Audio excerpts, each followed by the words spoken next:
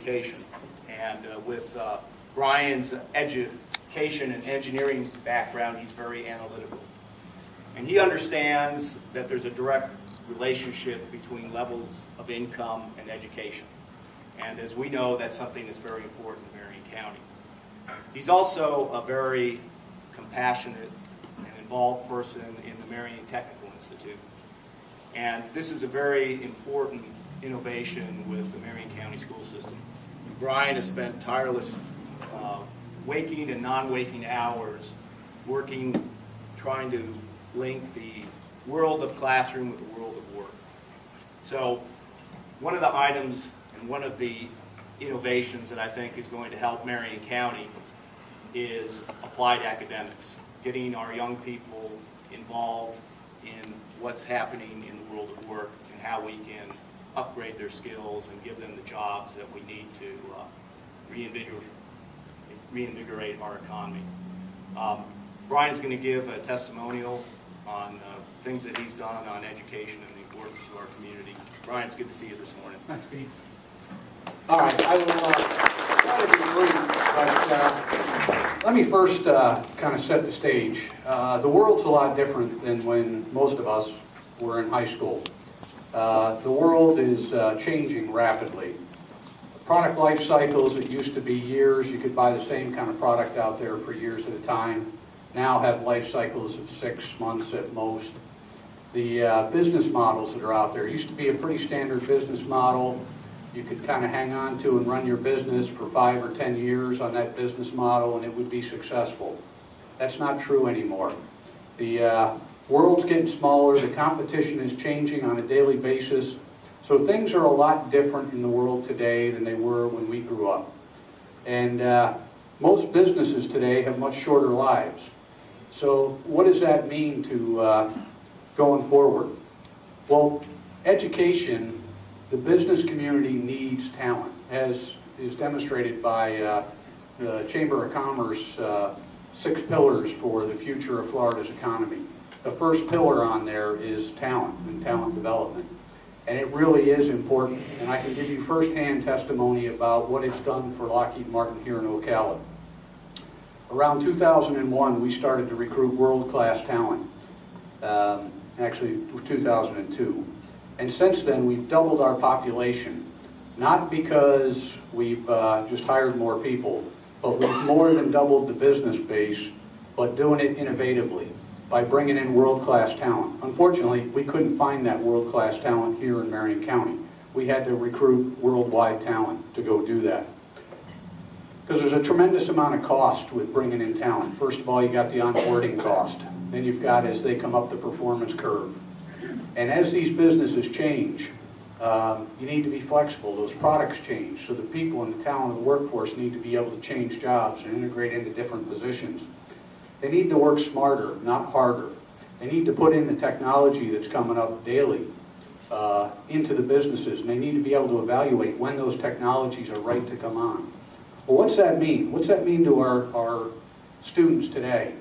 Well, what that really means is when we went to school, we thought, 2 or 3 different companies we'd work for and we'd have our career. We'd kind of get a job, we'd stay with that company for a while, and basically move on and have a retirement. Today's high school students are going to work between 10 and 20 different companies over their years. That means they're going to have to change every 2 to 3 years. If they don't get a solid foundation, a solid education, they're not going to be able to do that. Because every time they lose a job, if they don't have a high school graduate diploma, they're not going to be able to find a job for right away. So it's going to be 6 months. Well, any of you that are currently in your roles today, you could survive 6 months. But that person who's making a low income can't survive. That's a devastating impact to them. So we need to find a way to go ahead and get those students educated in high school. And they need to go ahead and have an opportunity that when they do go ahead and graduate, they have some skills. Because we have a real diverse population. And I was listening to a lot of the stuff that she was talking about, and it's really true. With a company like Lockheed Martin, we got to analyze the raw materials that come in. You just can't plug and play the materials. And same thing with our students. One size doesn't fit all in educating those students. They come from different socioeconomic backgrounds. Some of them come from dysfunctional families. Some may have been abused. Some may have had a catastrophic event in their life. Some have a late developmental, front-lobe developmental activity.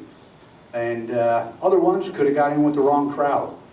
Different learning styles. You know, some people are in an upper quadrant of the learning styles, and they can't learn in a traditional classroom environment. We need to analyze that raw material, because those are some of the best and brightest out there. And I can tell you that MTI, unfortunately, it only affects maybe 200 to 300 students, but it has had a tremendous impact on those students coming in, where they're taught both about attitude and aptitude. They're taught about work skills that they can provide to the business community when they graduate. And we've targeted ourselves to have 100% on graduation day, that they either are accepted into a university or they have a job the day after graduation.